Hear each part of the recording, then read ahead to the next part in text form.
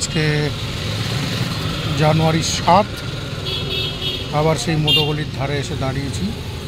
মাঝখানে একটা দুটো দিন গ্যাপ হয়ে গেছে, বেরোয়নি। কিছু কিছু জিনিস শেয়ার করার আছে যেটা আমি ব্লগে ঠিক মন খুলে শেয়ার করতে পারছি না, কিন্তু আমার কিছু ডাউটস এবং কিছু চিন্তার জায়গা নতুন করে খুলেছে।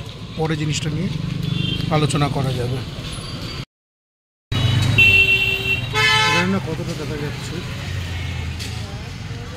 একজন ফুটপাথবাসী এই পাশটাতে বসে আছে, বয়স্ক, অনেক বয়স। শীতের মধ্যে তাকে তার বাড়ির লোকজন একদম রাস্তার ফুটপাথে এরকম জায়গায় ফেলে দিয়ে চলে গেছে।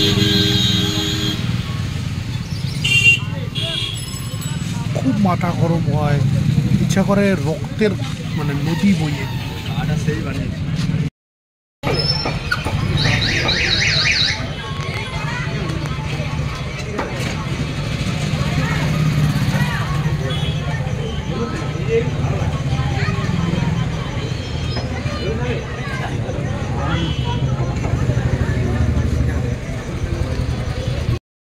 ব্যাংক থেকে ইয়ে করেছে, আমি খবর পেয়েছি, এই খবরটা দেখেছি।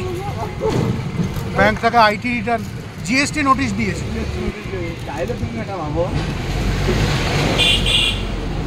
যদি 40 লাখ টাকা যদি এটা করে তাহলে গ্যাস কত টাকা করে কেমন সবসময় তো অনলাইনে কালো করবে না।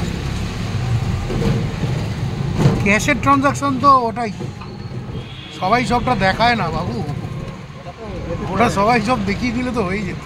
গ্যাসের তাহলে আলাদা না, বলছে আমি বাল করলাম, এসব না করে খেলা নিয়ে বেরিয়ে পড়েছি। দিতে হবে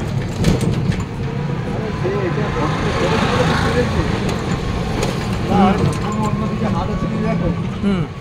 এসব তো যেমন এই যে এই দেখ, তোর বাঁ দিকে দিকে থাকা ওই কারণেই এটা হচ্ছে অনুকূল ঠাকুরের একটা আশ্রম, ঠিক আছে? পাশেই লোকনাথের মন্দির। অনুকূলের যে এই যে আশ্রম, অনুকূল হচ্ছে একটা চূড়ান্ত চিটিংবাজ। যারা জানে তারা জানে, বন্ড একটা লোক। কিন্তু একটা সময় ছিল যখন তোর আমার দাদু ঠাকুমারা হ্যাঁ এত ভগবান মানতেন, কেউ একজন একটু কিছু বললো তাতেই গোলে একদম জল হয়ে ঠাকুর বলে তার গোটা বংশকে দীক্ষা দিয়েছে। আর তো ভালো কোথায় কোথায়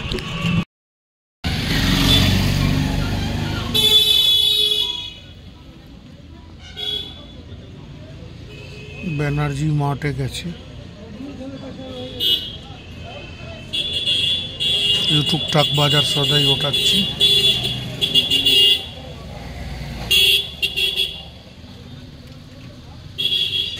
আমার আজকাল কিছুই ভাল লাগছে না, আজকে তো স্পেশালি আরও ভাল লাগছে না, বোঝাতে পারবো না।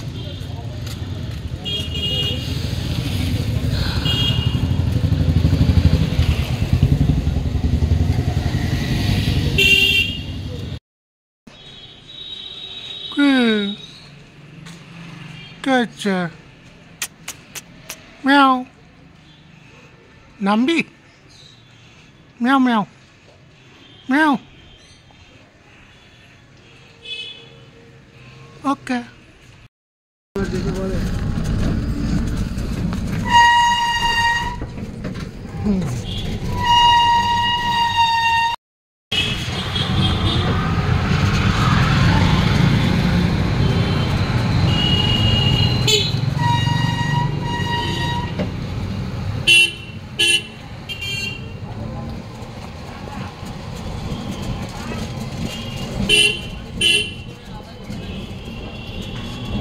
आठई জানুয়ারি আজকে না, ওরে ভুলে গিয়েছিলাম।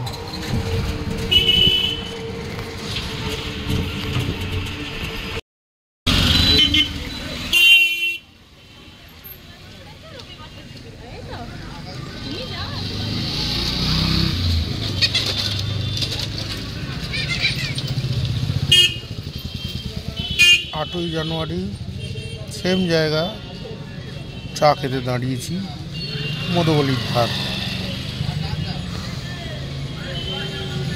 মাঝে মাঝে মনে হয় যে ব্রেন রট বলে যে জিনিসটা বলছে, সে ব্রেন রট ব্যাপারটা সত্যিই ছড়াচ্ছে।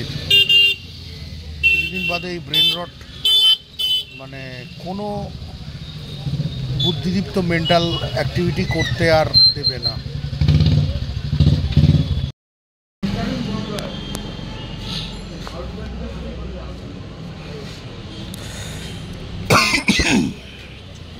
রুটি বানানো আছে একটা।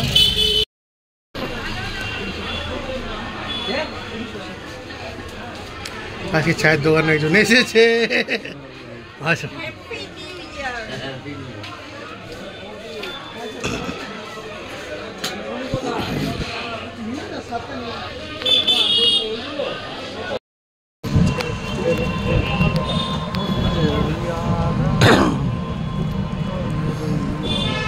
শহীদনগরের কাছাকাছি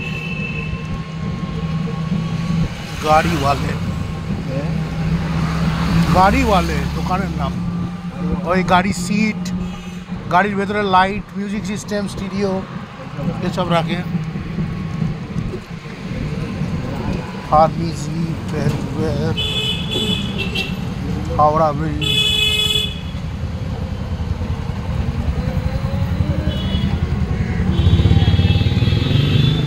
এই হচ্ছে স্পাইস অফ জয়।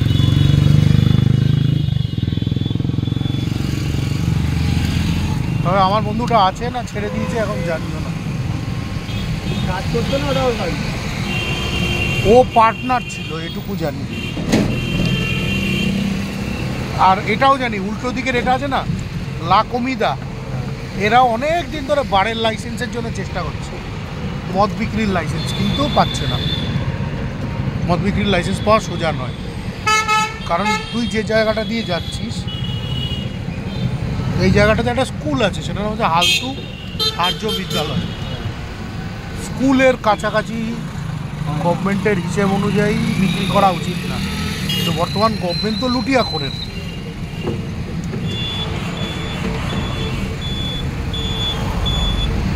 পয়সা খাইয়ে যা খুশি করিয়ে নেওয়া যাচ্ছে। মানুষের ইমান বলে কিছু থাকবে না।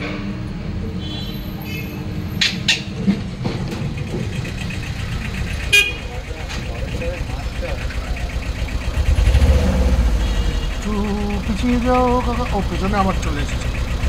ওরে কাকা,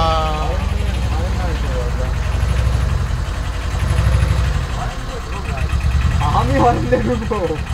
ও হরেন, ওর হরেন মানে চড়ুই পাখির ডাক। হরেন মারছো দাঁড়া, কাঁড়া গলিতে মারা কথা বললে ওকে আমি এখানে টিকাতে আরম্ভ করতাম না পেলে। আর একটু কথা বাড়ালে আমার তো ক্যামেরা অন গুরু, আমি তোমার ড্যাশ ক্যাম।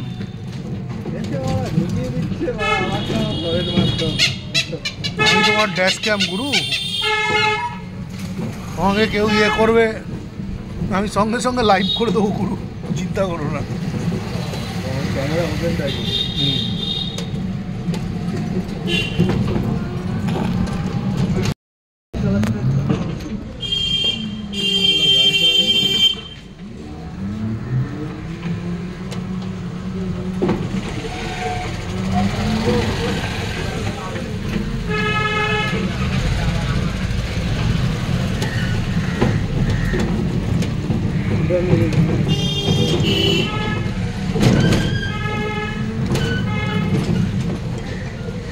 তবে ভালো করছিস এই রাস্তাটা আজকে ধরেছিস, এইটা ধরলে ভেতর দিয়েও ঠিক ওই পয়েন্টে পৌঁছে যাওয়া যাবে।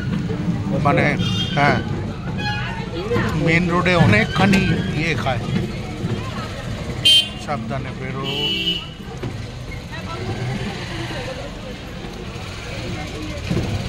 আস্তে ঘোরা।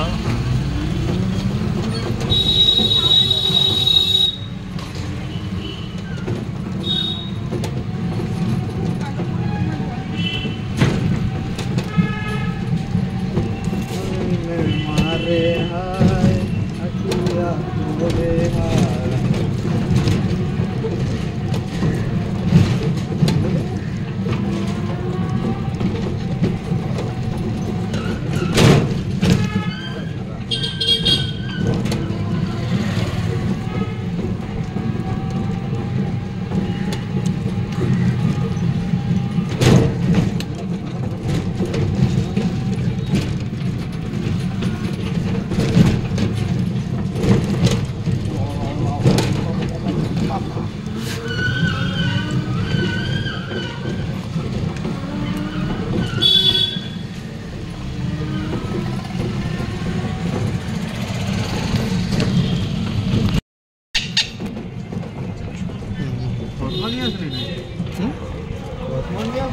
না চশমা নিয়ে যে আমি ওখানে কখন পেরোলাম টেরও পাইনি। কোথায় কোথায়? গাড়িটা দাঁড়ালো। হ্যাঁ, ওহো, ও হ্যাঁ এবার চিনতে পারছি, বঙ্গভূমি লটারি। আমি আবার লটারির দোকান দিয়ে জিনিস মনে রাখি আজকাল, আগেকার দিনে অন্য কিছু দিয়ে মনে রাখতাম। আমার একটা বন্ধু মনে রাখতো একটা এলাকায় একটা পাড়া কীভাবে মনে রাখতো জানিস? এই পাড়ায় অমুক মেয়েটা থাকে, এই পাড়ায় তমুক মেয়েটা থাকে। আরে এমনও ড্যামনা ছেলে ছিল জানিস, ধর একটা স্কুল, গার্লস স্কুলের 7, 8, 9 কোন মেয়ে কোন কোচিংয়ে পড়ে, কি নাম, কোথায় বাড়ি, ঠিকুজি কুলুজি, আরে বাড়া সব জানে, ফোন নাম্বার, বাড়ির ফোন নাম্বার, ফোন তুললে কে ইয়ে করবে। ওমা এখানে একটা লটারি তুলে গেছে। বাবু দেখলি কাণ্ড, দেখলি বন্ধ নাকি রে? একবার গিয়ে তো চোখি দিয়ে দেখে আয়, গলিটা দিয়ে দেখতে হয় নাকি এখানেও হয়।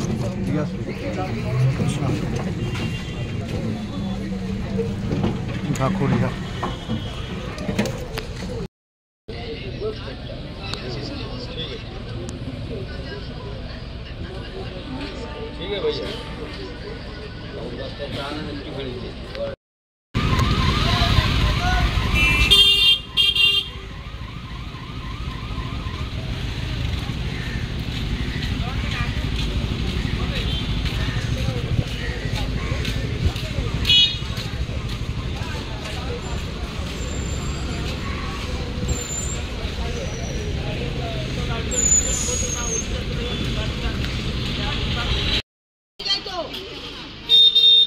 ঘোষপুকুরে রয়েছি, এটা ঘুটঘুটে এলাকা।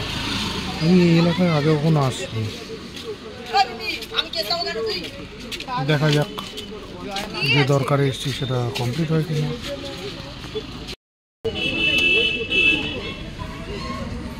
একটা মাঠ রয়েছে এই পাশে, নাকি ঝিল রয়েছে বুঝতে পারছি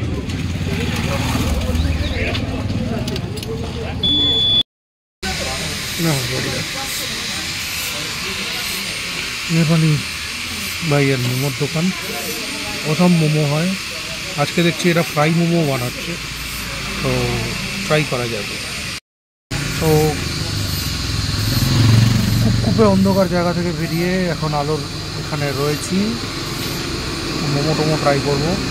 মোমো ট্রাই করে যাবো হচ্ছে ওই চোকড়ার ওখানে, তারপর দেখছি।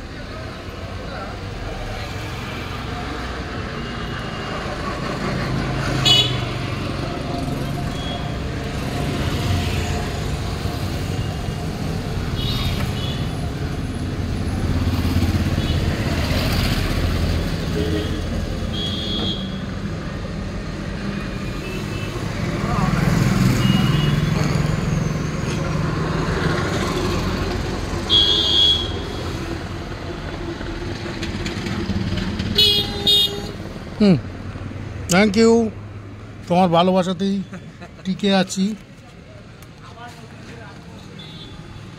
আবার পরে নেব, দিন যেদিন দিন আসবে সেদিন আবার নিয়ে নেব। হ্যাঁ, আপেল টাপেল কিচ্ছু না।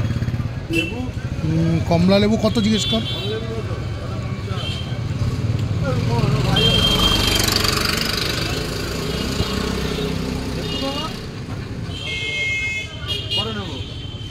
তুই থাক, লেবু জিজ্ঞেস কর। খেজুর কত জিজ্ঞেস কর। 35 এক প্যাকেট। হ্যাঁ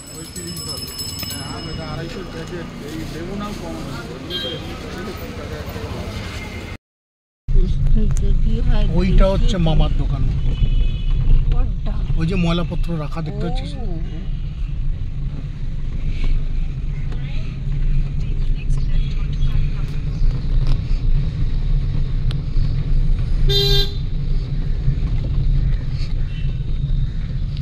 মেন রোডে আমরা এসে পড়লাম।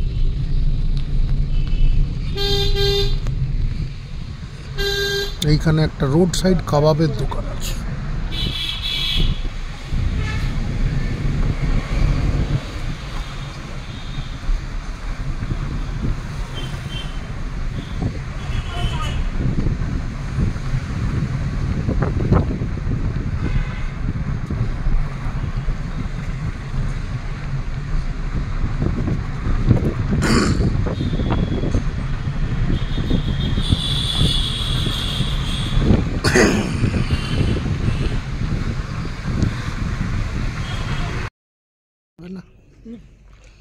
সিনেমা দেখতে এসেছি গো আমরা, নসফেরা 2। নসফেরা 1 কবে বেরিয়েছিল আমরা জানি না, আমরা এতই মূর্খ। নসফেরা 2 দেখতে এসেছি।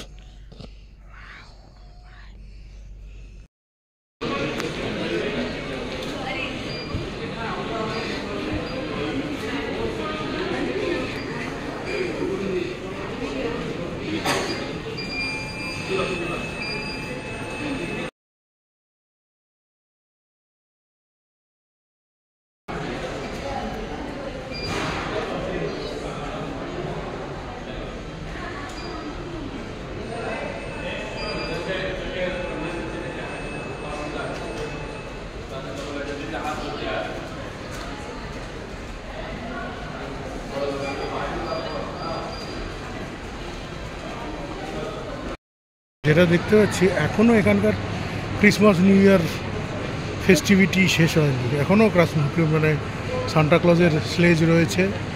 মানে আচ্ছা তাহলে বাড়ি যাচ্ছে, এইসব করেই চলছে এদের। আমার মনে হচ্ছে যেন আমি আবার টাইমে পিছিয়ে ক্রিসমাসের টাইমে চলে এসেছি। যাকে এই কটা দিনই কলকাতা একটু ঠান্ডা থাকে, উইন্টার থাকে, এরকম বরফ বাবার জন্মে পড়বে না, এটা আমরা জানি। এখানে বরফ পেতে গেলে মাছের বাজারে যেতে হবে। তাহলে পরে আমাদের শহরের মধ্যে যে একটা অদ্ভুত কলোনিয়াল হ্যাংওভার, শহরটা যেরকম শহরটাকে সেরকম হতে দেওয়া হলো না।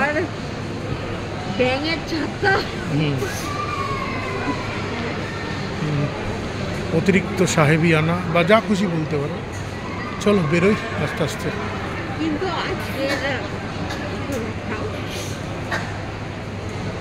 আজকে আমি অনেক টাকা খরচা করে একটা মুভি দেখলাম। মুভিটা সত্যি মানে অনেক বছর আগে পড়েছিলাম, তাই অতটা মনে ছিল না। বাট একটা মুভি দেখার পরে আমি একটা জিনিস মানে সত্যি আমি মানতে বাধ্য, Indrajit is right. Indrajit is wrong. You don't know, my dear. Indrajit is like the villain of that movie itself. রোগা একটা পাংশুটে মার্কার লোক। তুমি দেখেছো? তুই বলেছিস। হ্যাঁ, ওর পাটা বড় দিন এরকম। মা, হ্যাঁ, ওর লোকের পাগুলো লাস্টে এরকমই দেখিয়েছে। হ্যাঁ, ওর লোক ওরকম কাটি কাটিই ছিল। যাই হোক, আমি ইয়ার্কি মারছিলাম, নসফেরা 1 দেখিনি, তার আগেই নসফেরা 2 দেখতে চলে এসেছি। এটা পুরোপুরি ইয়ার্কি মারছিলাম, ইয়ার্কি দিচ্ছিলাম। আমরা এত অ্যাডভান্স যে আমাদের 1 দেখা দরকারই ছিল না, আমরা 2 দেখতে। ও ইয়ার্কি মারছে কারণ ও ফিল্ম স্টাডিজের। নসফেরা 2 জার্মান এক্সপ্রেশনিজম পড়ানোর সময় নসফেরা 2 অলরেডি বলে দেওয়া হয়েছে। নসফেরা 2 মানেই নসফেরা 2, তার কোনো 1 নেই। কিন্তু এটা বললো না কেন, আমি একটুখানি upset. Also, I am upset about everything. আচ্ছা, তারপরে ঠিক আছে। FS আচ্ছা চল, 3:58 মানে এখন 4টে বাজে।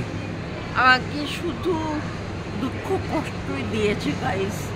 আর সেখানে একটা মৈনাক বলে একটা নাচছে আছে, জীবনটা করে মানে কুটি কুটি করে দিল লোকটা। আচ্ছা রাখছি। একজন আমার কিছু একটা ভালো ছবি তুলেছিল রে ভাই।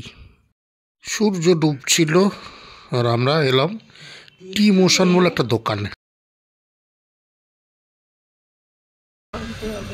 নরেনগুড় আনতে হবে। আজকে কফি করলাম, পুরো একদম শেষ। সাফ করে দিয়েছি। ঠিক আছে দেন আমরা নলেনগুড়। এই লাইটে আমাকে একটা ছবি তুলে দে।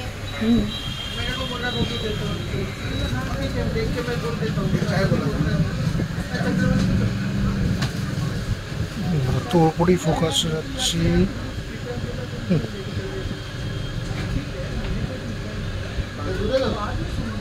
তোকে একটু জুম করে নিচ্ছি। হ্যাঁ ব্যাকগ্রাউন্ডটা একটু হ্যাঁ ওখানে দেখতে দেখতে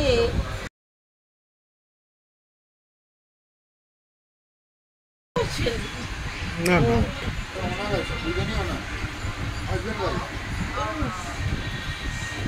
টি মোশন বলে একটা এস্টাবলিশমেন্ট সাউথ সিটি সাইডে, সেখানে এসেছি। তো নলেনগুড়ের চা একটা এখানকার এনাদের স্পেশালিটি, যেটা ট্রাই করছিলাম। ভালো, কোয়াইট গুড। নলেনগুড়ের গন্ধ আছে, টেস্ট লাইক নলেনগুড়। ওটা ঠান্ডা হয়ে গেলে ভালো লাগে না।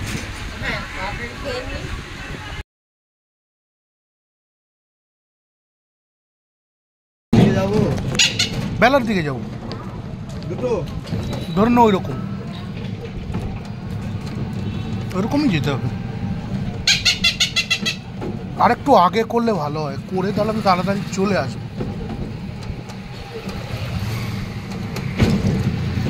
সোনাকে দেখলু, দানাকে দেখলু, মন তো দেখলু নাই। কিরকম কি বলবো বলো, কি বলবি?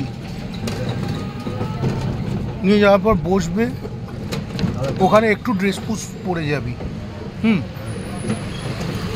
একটা ডায়েরি পেন নিয়ে যাবি কিন্তু, হ্যাঁ ব্যাগে করে।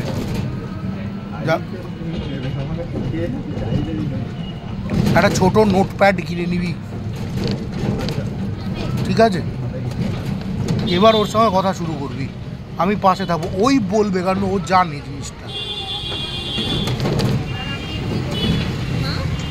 তুই শুনবি তোর কোথায় কোথায় কোশ্চেন, কোথায় কোথায় খটকা, সেগুলো করবি। যে কোশ্চেনগুলো খুব যে ও ধর তোকে কোনো একটা ইনস্টিটিউটে পাঠাচ্ছে, সেখানে একটা টাকা পয়সা সংক্রান্ত গল্প থাকবে। যে টাকা পয়সা সংক্রান্ত গল্প তোকে সতর্ক থাকতে হবে, যাতে মানে জিনিসটা কোনো ফটবাজি না হয়ে যায়, ঠিক আছে?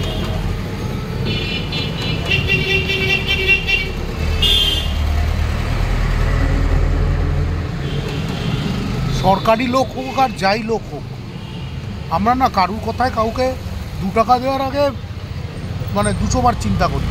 এখানে তো তোর তো মানে হিউজ দায়িত্ব। কথাবার্তা বলবি, শুনবি, জেনে নিবি কি আসবে কত দিনের মধ্যে আসবে। যদি টাকা পয়সার কোনো গল্প আছে, লিখিতং পরিতং করিয়ে নিবি, মানে লেখাপড়া থাকবে।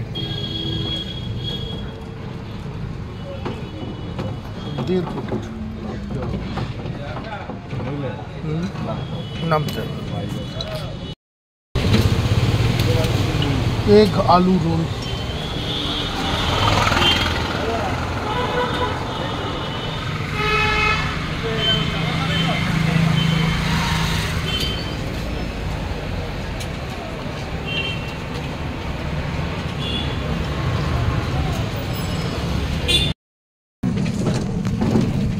ওই কারণেই তোকে বলছি, জয় গুরু বলে লাভ। আমাকেও কিছু একটা করতে হবে, খুব সামনেই করব। কি করব জানি না এখনো পর্যন্ত।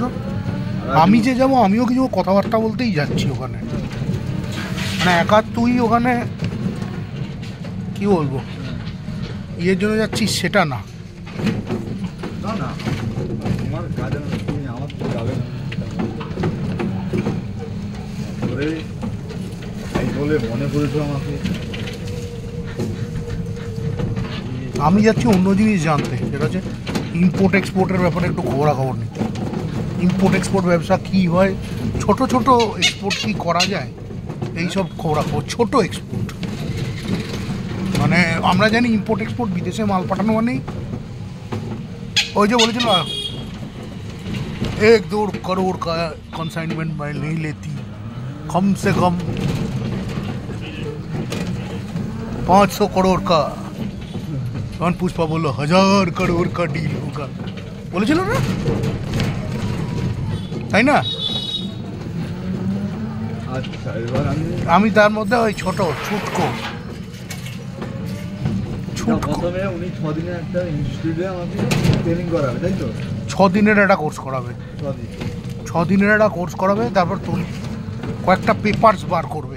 আচ্ছা ওই পেপারসগুলো হাতে নিয়ে আর 6 দিনের কোর্সের সার্টিফিকেট নিয়ে, আরও আছে তোর মাধ্যমিক উচ্চ মাধ্যমিক মিলিয়ে ফিলিয়ে, ফার্স্টবারের জাহাজে উঠিয়ে দেওয়াটা অবধি ওদের দায়িত্ব। তারপর প্রত্যেকবার জাহাজের খোঁজ এলে না ফার্স্টবারে উঠিয়ে দিল ওরা কম আসেন কাজ। সমুদ্রে গেলে 6 মাসের কাজ, 6 মাস থেকে ডিপেন্ড করে কত দিনের জন্য লোক নেবে, কত দিনের ভয়েজ, আচ্ছা তার উপরে।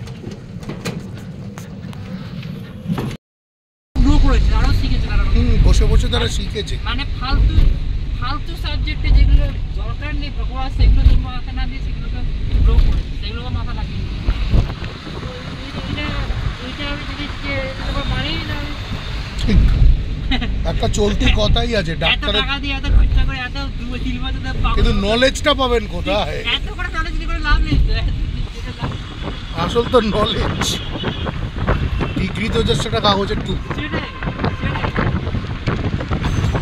আমি দেখেছি যে তারা অনেক কম মাথা বুদ্ধি লাগিয়ে অনেক একটা উপর ইন্টারেস্ট গ্রো করে, তাদের যেটা কোনো যেটা করে দিব্যি তারা মানছি। প্রমোশন হয় কিনা জানি না অতটা ভালো, অত প্রমোশন অতটা হয় না, কিন্তু তাদের কাজের অভাব থাকে কাজের না। অভাব থাকে না। এক্স্যাক্টলি, মানে ফ্রিল্যান্সিং করে দেয়, এত ফ্রিল্যান্সিং করবে, এত মানে যে এক্সপিরিয়েন্স হয়ে যায়, ও খুব চাকরিও লাগবে। আমি রিসেন্ট একটা এত প্রবল করে লিফটের কোম্পানি, লিফট লাগায়, তাদের সাথে একটা কাজ করার চেষ্টা করছি।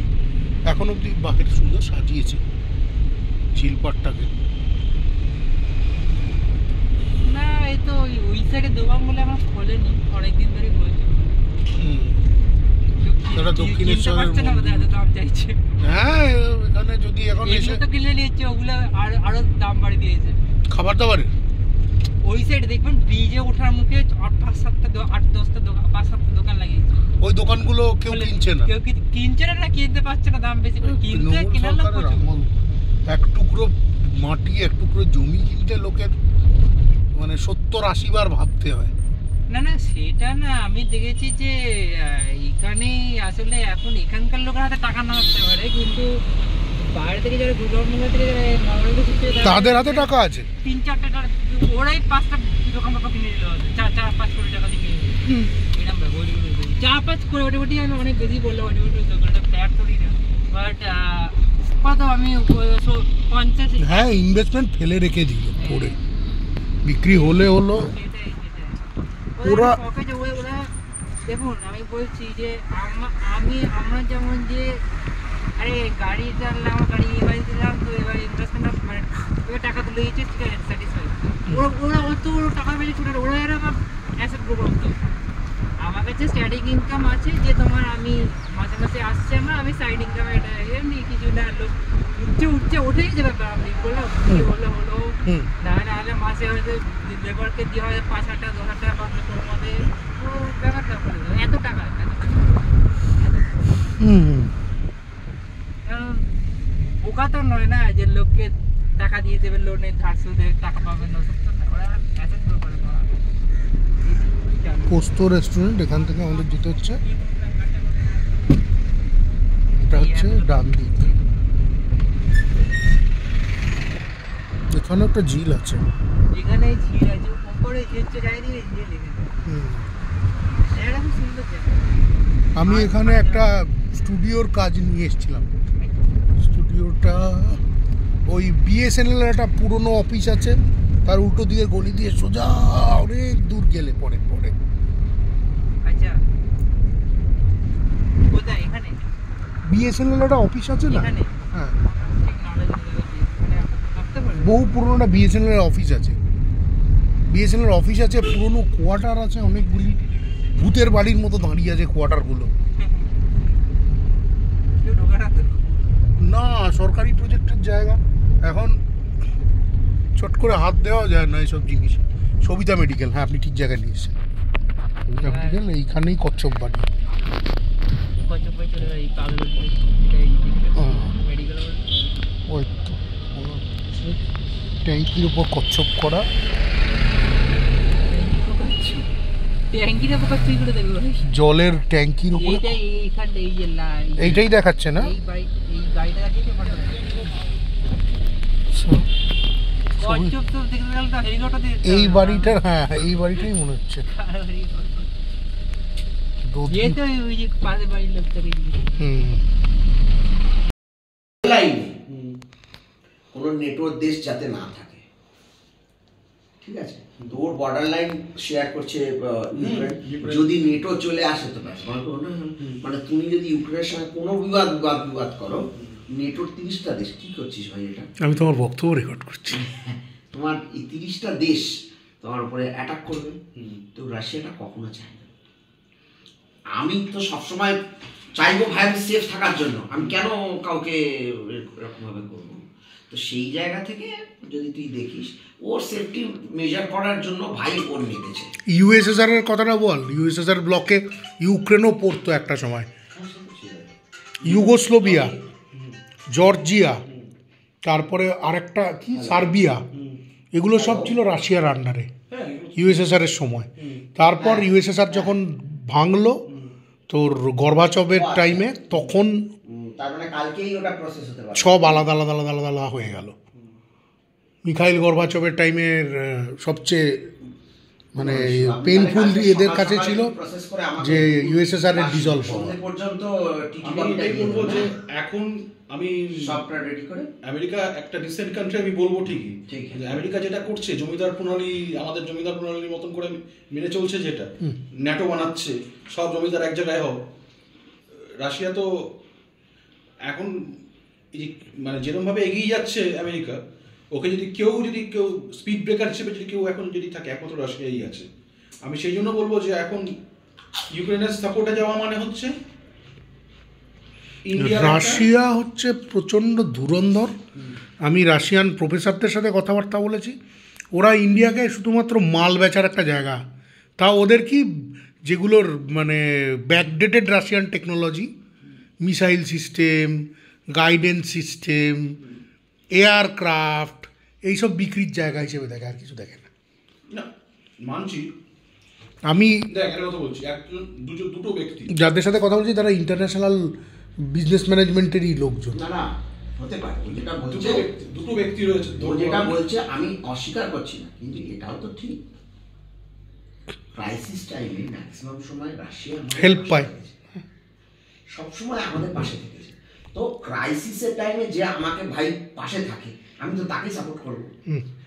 কিন্তু ইউক্রেনের ফরে, ইউক্রেনের যুদ্ধ বন্ধ হওয়া দরকার, এই ফরে কিন্তু মোদি আবার ইউএনএ ভোট দিয়েছে। যুদ্ধ কোথাও হোক সেটা বন্ধ হওয়া উচিত।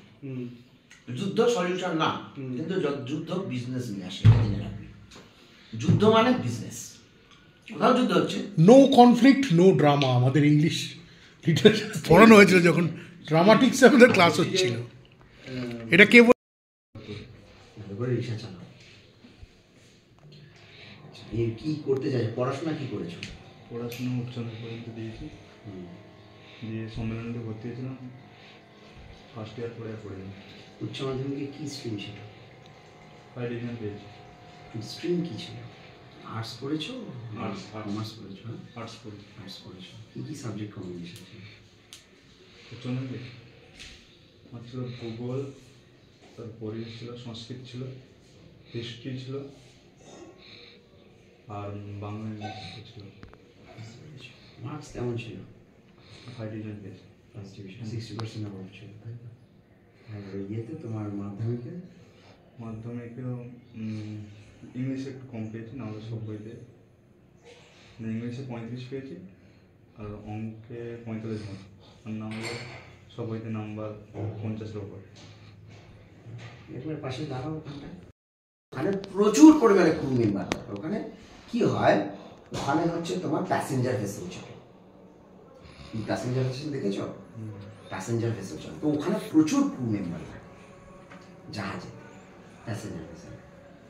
ইন্ডিয়ান সাইডে আছে, নেই বলবো না, কাজ আছে, কিন্তু তুমি যদি ফরেন ফ্ল্যাগশিপে যদি যাও তোমার বেশি কাজ পাবে, কিন্তু তোমাকে ইনিশিয়াল ইন্ডিয়ান ফ্ল্যাগশিপের আন্ডারে কাজটাকে শুরু করতে হবে। বোঝা গেল? তা এই যে তোমাকে আমি একটা ফাইন্যান্সের হিসেব দিলাম, যেটা তোমার খরচ, তুমি যদি মোটামুটি 1 লক্ষ টাকা একটা বাজেট করে নিয়ে নাও, আমি বলছি মানে একসঙ্গে লাগবে না, ছোট ছোট প্রথমে সিপিআরআর কোর্স করলে, মানে STCW করলে, তারপর তুমি হচ্ছে GMDSS করলে, FDs করলে, এই কোর্সেসগুলো করা থাকলে, তারপর তুমি র্যাডার অপারেটিংয়ের ওপরে কিছু শিখলে, ROC যে কোর্সটা সেটা শিখলে, সেটা এই কোর্সগুলো করা থাকে, তোমার অনেক ইজি হবে অ্যাপ্লিকেমেন্টের। সিপিআরআর হিসাবে প্রথম চাকরিতে তুমি যখন ঢুকবে, কোনো জাহাজে যখন উঠবে, মোটামুটি $600 থেকে $800 প্রতি মাসে তুমি পাবে। $600 থেকে $800 মানে 83 টাকা যাচ্ছে। হ্যাঁ, 83-85 টাকা যাই হোক, তোমার মোটামুটি $600 মানে 50,000 টাকা, $800 মানে 70,000 টাকা গড়। এটা তোমার মাসিক স্যালারি তোমার পাবে। আর যখন তুমি এতে থাকবে, জাহাজে থাকবে, তখন জাহাজের ভেতরে খাওয়া দাওয়া থাকা সবই তোমার ফ্রি। ইভেন তোমার বম্বে থেকে জাহাজ, তুমি কোনো শিপের আন্ডারে রেজিস্টার করেছো, সেই শিপে উঠতে হবে ইমিডিয়েট, আর এগুলো খুব ফাস্ট হয়। একজন সিপিআরআর নেমে যাবে, তোমাকে সেখানে রিপ্লেস হতে হবে। তো সেই জন্য তোমাকে কী করতে হবে, আমাদের বম্বে যেতে হবে, তো তোমাকে যেতে হবে না, শিপ কোম্পানি তোমাকে এয়ার টিকিট পাঠাবে, তোমাকে তার জন্য রেডি থাকতে হবে। বুঝতে পেরেছো? এই সব খরচগুলো থাকে। স্যালারিটা তোমার পুরো নিজের, বাকি সবই কোম্পানির খরচ। বাড়ি থেকে তোলা থেকে শুরু করে আর বাড়ি অবধি পৌঁছানো সবই কোম্পানির খরচ। ঠিক আছে? কখনো সেটা নিজে থেকে করে যেতে হয়, ওরা রিইম্বার্সমেন্ট করে দেয়, কখনো ওরা পাঠিয়ে দেয়, তখন গিয়ে করতে হয়। বোঝা গেল? এটা সারা বিশ্বের ওপরে কাজ হয়েছে। কখনো তুমি কাতার থেকে উঠবে তো অস্ট্রেলিয়ায় গিয়ে নামবে, বোঝা গেল? আবার কখনো তোমাকে দেখা গেল যে মালয়েশিয়া থেকে উঠলে ঢাকায় এসে নামতে হবে, সরি ঢাকা না, তোমার চট্টগ্রামে নামতে হবে, চট্টগ্রামে নামতে হবে। তো এই হচ্ছে ব্যাপার। তা তোমার ইন্টারেস্ট কিসে? এইগুলো করাতে খুব ভালো লাগছে, মনে টনে হয় ভালো লাগে? এতে কিন্তু এই 6 মাস 8 মাস জাহাজে থাকতে হয়, তখন কোনো মহিলা বন্ধু পাবে না, হ্যাঁ, কোনো রকম এই ধরনের ব্যাপার স্যাপার হবে না। দারু পেতে পারো, যদি মদ টদ খাও সে হতে পারে, কিন্তু খাবার পাবে, মদ পাবে, কিন্তু কোনো মহিলা বন্ধু পাবে না। এর সমস্যা আছে লাইফে। সিপিআরআর যারা হয় তাদের ক্ষেত্রে একটা সমস্যা আছে, তুমি বুঝতে পারছো ব্যাপারটা। এই ধরনের কাজ, কিন্তু পয়সা প্রচুর। যখন জাহাজ থেকে নামবে তোমার হাতে মিনিমাম ধরে চলো, যদি 6 মাসের সেল করো, 6 মাসের সেল যদি করো, মিনিমাম তোমার হাতে $800 করে যদি হয়, 6-48 মানে $5,000 অনেক পয়সা। 4.5 লাখ 5 লাখ টাকা 6 মাসে কামাবে। এই কস্টটা ইনিশিয়াল আছে, আর সেটা শেখার জন্য তোমার কিন্তু পড়াশোনা করতে হবে, সময় দিতে হবে, মানে এই পুরোটা টেকনিক্যাল কাজ। বোঝা গেল? তুমি নটিক্যাল ইঞ্জিনিয়ারিং যদি পড়তে, তোমার যদিও পড়ার কথা নয়, তুমি সায়েন্স ব্যাকগ্রাউন্ড নয়, কিন্তু নটিক্যাল ইঞ্জিনিয়ারিং তুমি যদি পড়তে, তাহলেও তুমি পাইলট হতে পারতে না, তুমি চিফ ইঞ্জিনিয়ার হবে, ম্যাক্স টু ম্যাক্স। পাইলট হতে গেলে একজন সাধারণ সিপিআরআরই পাইলট হতে পারে। তো তোমার কাছে বয়স কম, তোমার কাছে অপরচুনিটি আছে। 20 বছরের যদি তুমি একটা প্রজেক্ট প্ল্যান নিয়ে চলো, যে আমি 20 বছরে পাইলট হবো, তো তোমার কাছে অপশান আছে। 45 বছরের উপরে গিয়ে আর ওই পরীক্ষাটা হয় না। 45 বছরের উপরে গেলে তুমি পাইলটের পরীক্ষার জন্য এলিজিবল নয়। তো 20 বছরে একটা এক্সপিরিয়েন্স লাগে। তো 22, তোমার বয়স কত এখন? অপশান তোর কাছে পুরো অনেক অপশন আছে, কাজে লাগাতে হবে। হ্যাঁ, এখন তুমি যদি অ্যাডমিশন নিতে চাও, তাহলে তোমার ডকুমেন্টসগুলো নিয়ে আসতে হবে। ইনিশিয়ালি অন্তত পক্ষে 20,000 টাকা জোগাড় করে নিয়ে আসতে হবে। আমাকে দিতে হবে না, কলেজকে পয়সা দেবে। আমি তোমাকে গাইডেন্স দেবো, সেই গাইডেন্সের জন্য আমার একটা ফিজ আছে, সেটা আমি আলাদা করে নেব। প্রথম দেখুন একটা কোর্স শেখাবে, ওটা 12 দিনের কোর্স, ওটা তো 12-14 হাজার টাকাই খরচা পড়ে। আমি তোমাকে 20,000 টাকা কেন বললাম, যে ওই কোর্সটা করার পরে তোমার সিবিসির জন্য অ্যাপ্লাই করতে হবে, এছাড়া তোমার আমি, অপূর্ব আর অনিরুদ্ধ, আমরা তিনজনই বিজয়গড় জ্যোতিষ রায় কলেজের প্রাক্তন ছাত্র, ইংলিশ অনার্স। এবং আমরা অপূর্ব তবু এস্টাবলিশড, কিন্তু আমরা কিছু একটা শুরু করতে চলেছি, নইলে এই কঙ্কালের মতোই অবস্থা হবে। বলছিলাম স্যার, আপনারা কি ব্যবসা বাণিজ্য শুরু করবেন? এই হচ্ছে হ্যাঁ, ফিজিওথেরাপি শেখানোর জিনিসপত্র ক্লাসেস হয় এখানে। উনি বাবা গো বাবা, ছাত্রছাত্রীরা আসে, ফিজিওথেরাপি শেখে, এবং ইনি এখানে রয়েছেন। কী আর করা যাবে? ফেসবুকে এই ছবিটা গেলে কী প্রতিক্রিয়া হবে আমি জানি না, কিন্তু লম্পজম্প যতই করো ওটাই তোমার কাঠামো, 3 খাবিতে অক্কা পাবে, ঘুচে যাবে বাঁদরামো।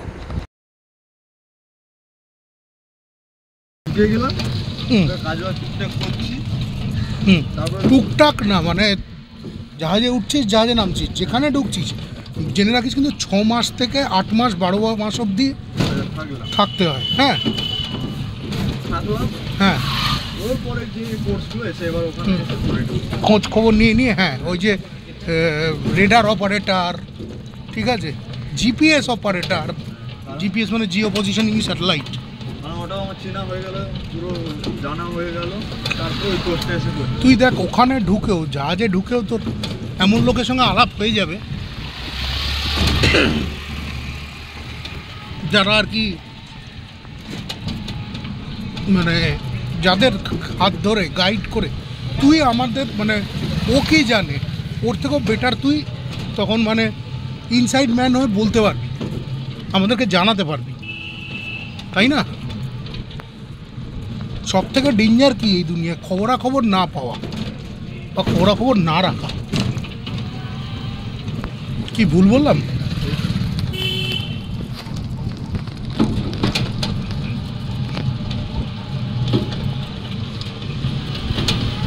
ইন্দ্রকুমার খুবই টেনশনে পড়ে গেছে। যাই হোক, আমরা একটা খুব সুন্দর জায়গায় এলাম, ওখান থেকে একটু ঘুরিয়ে ঢোকা, ওই যেখানটা রাস্তা চেয়েছে ওইখানটা নিয়ে আবার ঘুরিয়ে,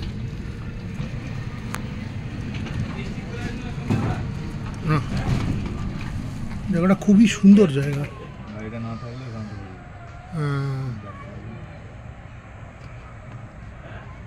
প্রতিদিন দিন শেষ হয়, আমরা বেনুবন ছায়ার ধারে দাঁড়াই এবং ভাবি নতুন দিন কি কোনো ভালো কিছু নিয়ে আসছে।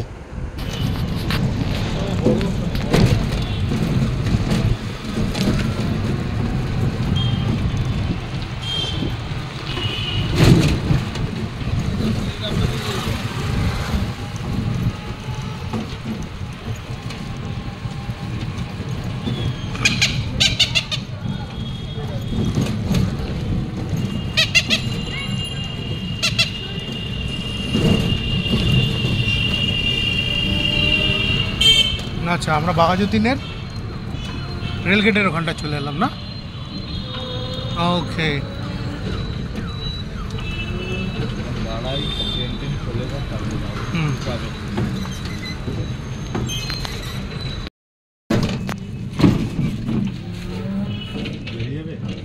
গলিতে ঢোক।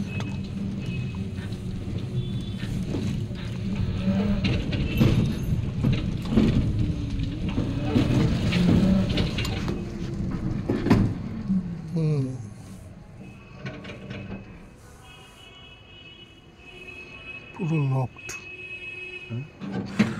লক মেরেই আসা আছে। একবার গিয়ে লক আছে কিনা দেখে আসবি, কিন্তু জাস্ট যাবি, সিঁড়ির গোড়া অবধি দেখে চলে আসবি।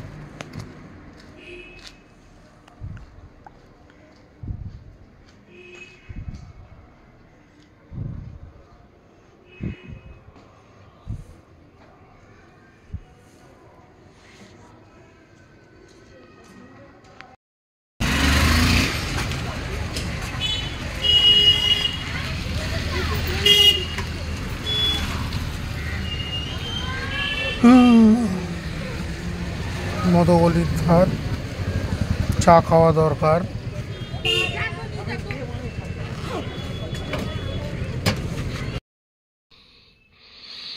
তো ঘটনা হচ্ছে অনেক দিন পর আমার আর একটা প্রাইজ লেগেছে। এটা 6টার খেলা ছিল 15 তারিখ, যদিও প্রাইজটা লেগেছে হচ্ছে 44-20, অর্থাৎ যেটা গ্যারান্টি প্রাইস 120 টাকার ঘরে। কিন্তু 50 সেমের যেহেতু বই ছিল, তাহলে 50 × 120 অর্থাৎ 6000 টাকা, 6000 টাকা প্রাইস উঠেছে। এটা বহুদিন পরে একটু ভালো অ্যামাউন্টের আমি পেলাম। একটা 600, দুটো 600, 2200, 2400 এরকম পাচ্ছিলাম। 3000-এর ঘর টাচ করা যাচ্ছিল না। মাঝখানে শুধু একবারই 3000-এর ঘর টাচ করেছিলাম। 450 ঘরের 5টা টিকিট ছিল। কিন্তু এবার অনেক দিন পর খরা কেটে একটু প্রাইজের মুখ দেখলাম।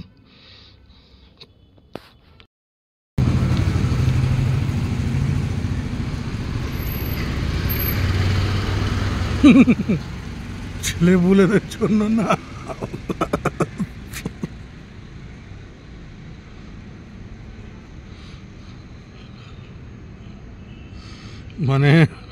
কোনো পোস্টার অক্ষত থাকবে না।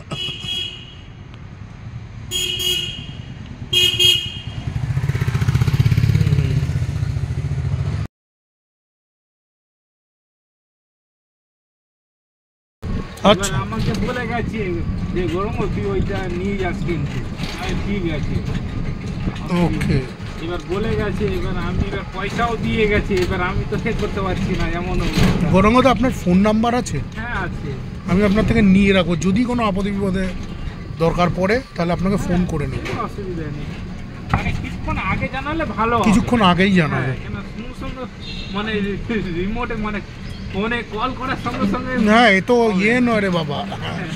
বললাম অনেকে আছে ফোন করার সঙ্গে সঙ্গেই দরকার। না, ওরকম আমার থেকে ওরকম আশা করছি বিহেভিয়ারটা পাবেন না। আমি চিন্তা ভাবনা করে করি। হ্যাঁ, যদি দেখা যাচ্ছে আমি যদি না পারি তা পরিষ্কার বলে দেবো, না দাদা আজকে দ্বারা আমার দ্বারা হবে না। আর যদি পারি, হ্যাঁ ঠিক আছে আমরা ওইটা নিয়ে আসতে পারবো, পরিষ্কার বলতে পারবো আমিও। কি বলেন না? ঠিক কথাই। দেখা যাচ্ছে আমি আসলাম না, এবার আপনি ফোন করলেন না, আমি বলবো দাদা আমি আসতে পারিনি, আমি আজকে যেতে পারছি না, পরিষ্কার বলতে ওকে, তাই না? ঠিক কথাই।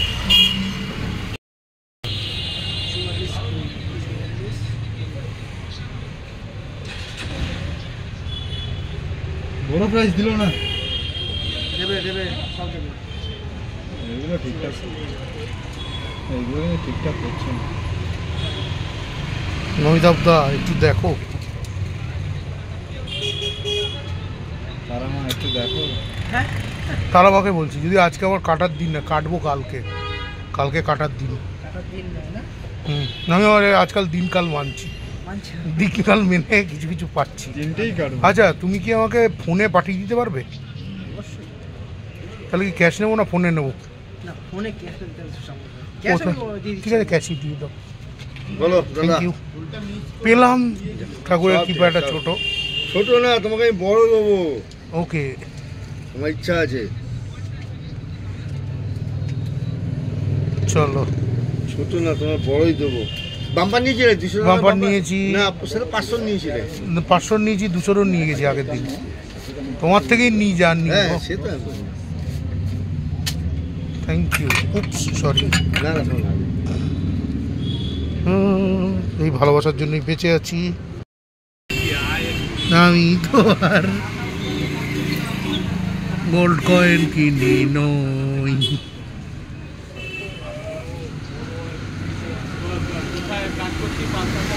এরকম প্রাইজ পেয়েও মন উত্তাল আনন্দে ভরে উঠতে পারে না, কারণ অঙ্কটা কম হয়ে যায়, কিছুতেই মন জোগানো যায় না। একদিন আসবে কোটি কোটি টাকা থাকবে, কিন্তু মনে মনে খুশি হবে না।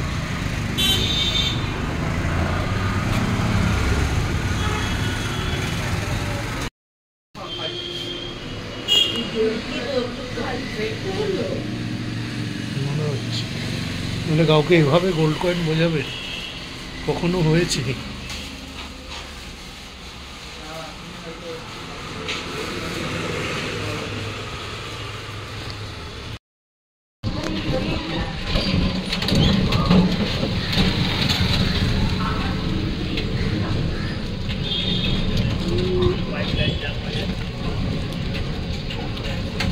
উপরে গিয়ে ওটাকে লিখে আবার সই করে 1 কপি দিয়ে আসতে হবে, আবার হয়তো দিন 15 পরে হবে।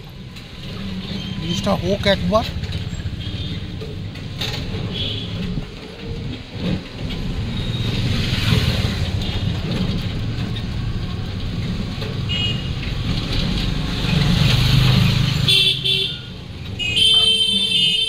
আপনাকে বলতে ভুলে গেছিলাম, বাবা মারা গিয়েছিল 3 বছর আগে, তখনও কিন্তু এই ফর্মালিটিগুলো করে এসছি।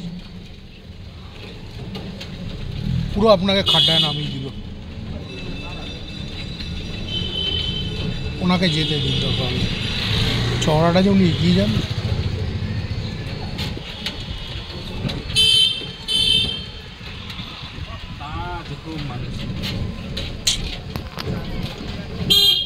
কিছু মানুষের তো আছে।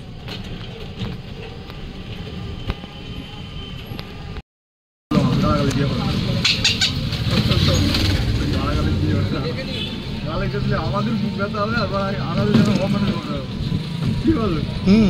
अच्छा के नेपाली डाटा भी खुल दिया दुकान। জয় গুরু জয় গুরু।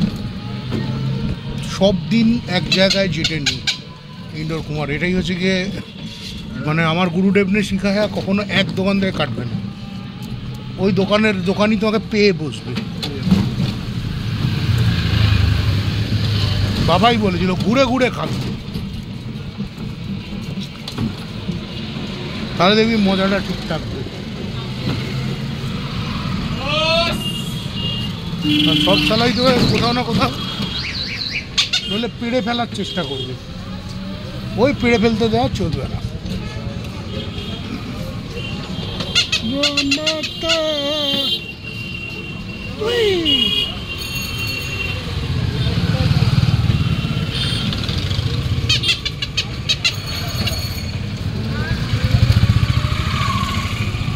এখানে এই ভাইও খুব ভালো কাটলেট ভাজে।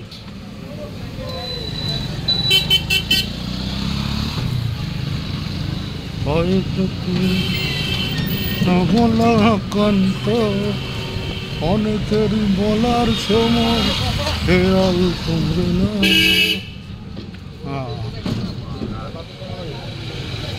গুড্ডু কুমারে যাবো না, গুড্ডু কুমারের পাশে কুমারে যাবো। গুড্ডুতে হেভি ভিড়, মালা ঝুলেছে। গীতা তো ঠিক, মা লক্ষ্মী, শ্যামসুন্দর খুব তাড়াতাড়ি শ্যামসুন্দরও মালা ঝুলেছে।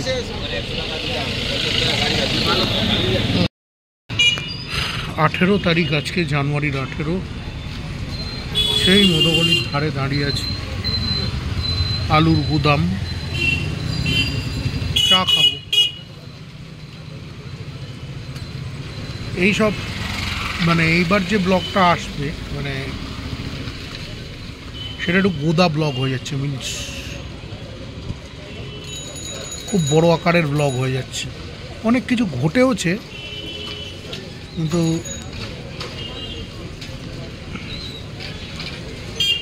আবার দুঃখজনক ঘটনাও ঘটেছে, কিন্তু আমি না বলার পরিসর এখন ঠিক করে পাচ্ছি না।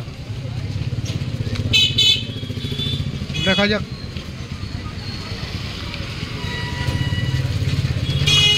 না বলা জিনিসগুলো তো বলতে হবে কোনো এক পয়েন্টে। তো এবারের যে ব্লগ আসছে সেটা মেগা ব্লগ, একটু বড় সাইজের ব্লগ।